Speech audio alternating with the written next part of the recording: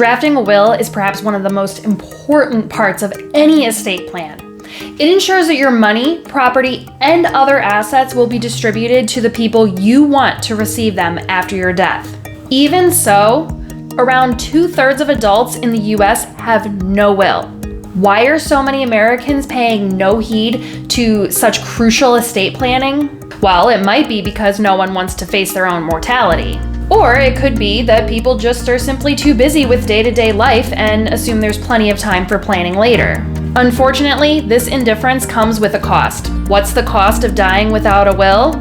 As it turns out, a lot.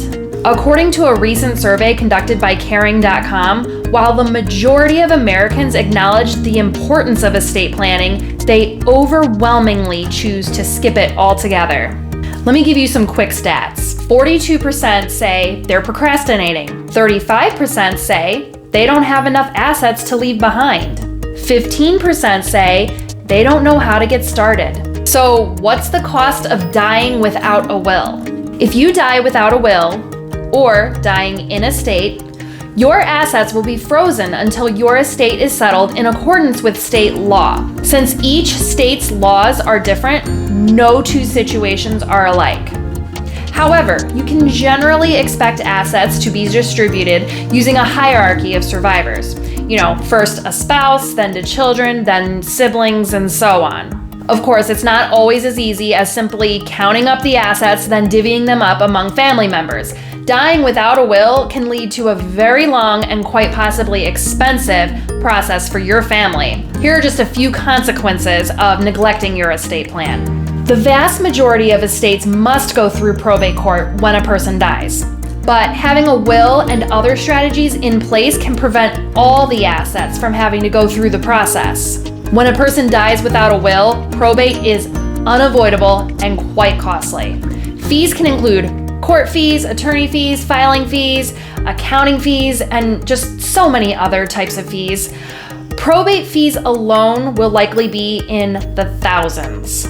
Another consequence of dying without a will is, if your family can't find important records and documents like deeds or account statements, or even just who the assets belong to or who they should go to, that can all become a big area of confusion. This is going to create an even longer probate process, and emotional strain is just going to run rampant. And as if those first two reasons weren't good enough, the last reason I have for you is, if potential beneficiaries have different objectives, this can also cause an issue among surviving family members. So, if there's no will when you pass on, your family members are left to sort out the who gets what, and oftentimes it's easier said than done. So what can you do?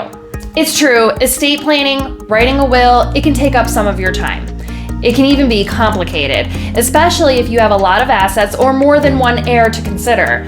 But be that as it may, the time suck and attorney fees you'll incur getting prepared will be next to nothing compared to what your family goes through if you have no plan at all. So, our advice, don't neglect your estate plan. Spare your spouse, your children, and your favorite nieces and nephews any further grief, and save them some money by having your will written as soon as possible. When's the best time to write a will? Right now.